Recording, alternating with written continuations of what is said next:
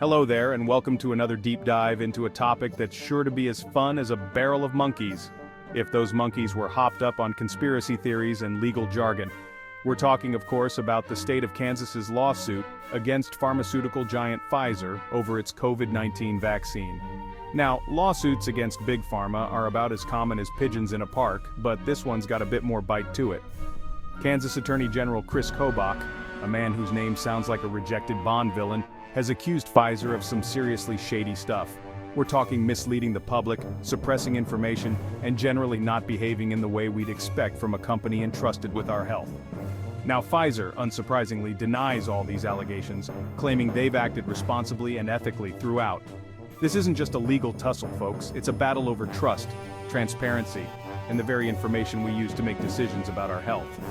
So, buckle up, Buttercup, because we're diving headfirst into the murky waters of this legal showdown. This lawsuit could change everything. Over the next few sections, we'll break down the key allegations leveled against Pfizer, examining the evidence and arguments from both sides. We'll delve into the claims about the vaccine's safety and effectiveness, Pfizer's statements about its ability to prevent transmission, and those pesky allegations of censorship. And of course, we'll explore the financial incentives that may have influenced Pfizer's actions.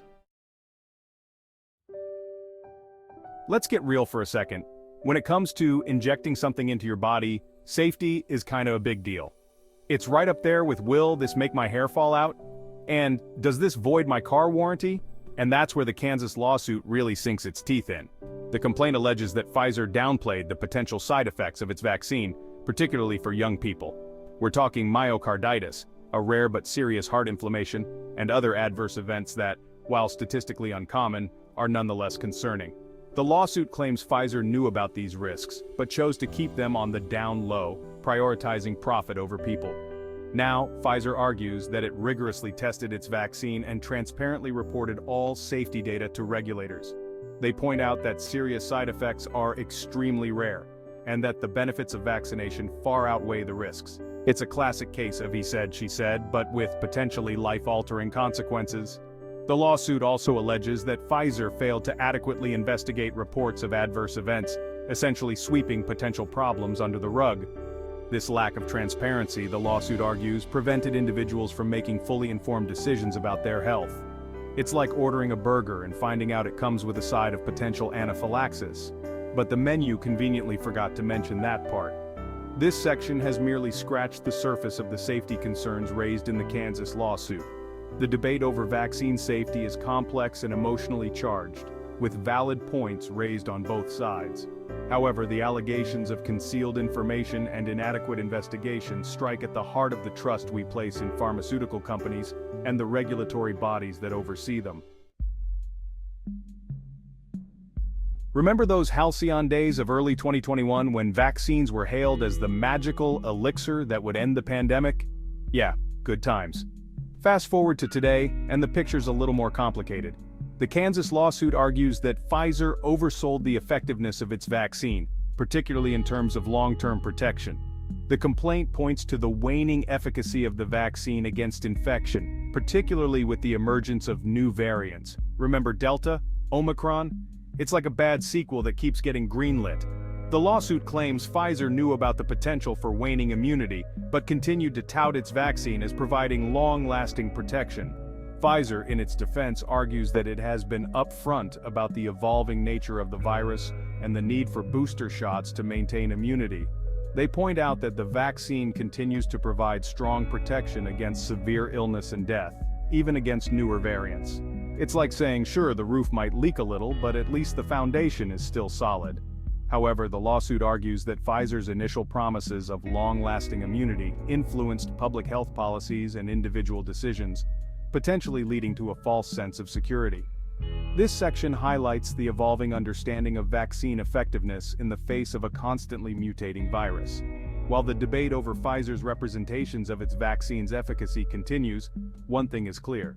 The fight against COVID-19 is a marathon, not a sprint, and our understanding of the virus and the tools to combat it will continue to evolve. Section 4. Stopping the spread. Did Pfizer overreach? One of the most contentious claims in the Kansas lawsuit revolves around Pfizer's statements about the vaccine's ability to prevent transmission of the virus. You know, the whole "get vaccinated to protect grandma" argument? Yeah, about that. The lawsuit alleges that Pfizer, in its marketing and public statements, implied that its vaccine would not only protect individuals from getting sick, but also prevent them from spreading the virus to others. This claim, the lawsuit argues, lacked sufficient scientific backing and was a key factor in shaping public health policies, such as vaccine mandates. Pfizer naturally refutes these allegations, stating that its statements about transmission were always based on the best available scientific evidence at the time. They argue that early studies did suggest a potential for the vaccine to reduce transmission, although later research painted a more nuanced picture. The lawsuit, however, contends that Pfizer overstated the certainty of these early findings and failed to adequately communicate the evolving understanding of the vaccine's impact on transmission. This, the lawsuit argues, misled the public and policymakers alike. This section highlights the crucial distinction between a vaccine's ability to protect individuals from illness and its ability to prevent them from spreading the virus to others. While the former is well established, the latter is a far more complex issue, and the Kansas lawsuit raises important questions about the scientific basis for Pfizer's claims and their potential impact on public health policies. Section 5. Silencing Dissent, Censorship Allegations. Hold on to your tinfoil hats, folks, because this next part gets a little spicy.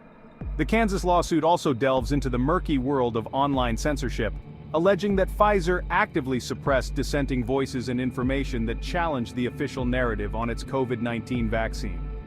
The lawsuit claims that Pfizer, working in cahoots with social media giants, engaged in a systematic campaign to silence critics, remove unfavorable content, and generally control the flow of information surrounding its vaccine. Think of it as a digital book burning, but instead of flames, they used algorithms and shadow bans. Now, proving censorship is about as easy as herding cats on roller skates. It's often subtle, opaque, and difficult to definitively link to specific actors. However, the lawsuit points to instances of accounts being suspended or banned, posts being removed, and hashtags being suppressed, all seemingly for expressing skepticism or raising concerns about the Pfizer vaccine. Pfizer, for its part, denies any involvement in censorship, stating that it respects freedom of speech and has never sought to silence legitimate criticism. They argue that social media companies have their own policies for moderating content, and that any actions taken against users were based on those policies, not Pfizer's influence. This section of the lawsuit raises crucial questions about the power dynamics between corporations, social media platforms, and the free flow of information in the digital age. While the specific allegations against Pfizer remain to be proven, the broader issue of online censorship and its potential to stifle dissent and manipulate public discourse is a growing concern in the digital age.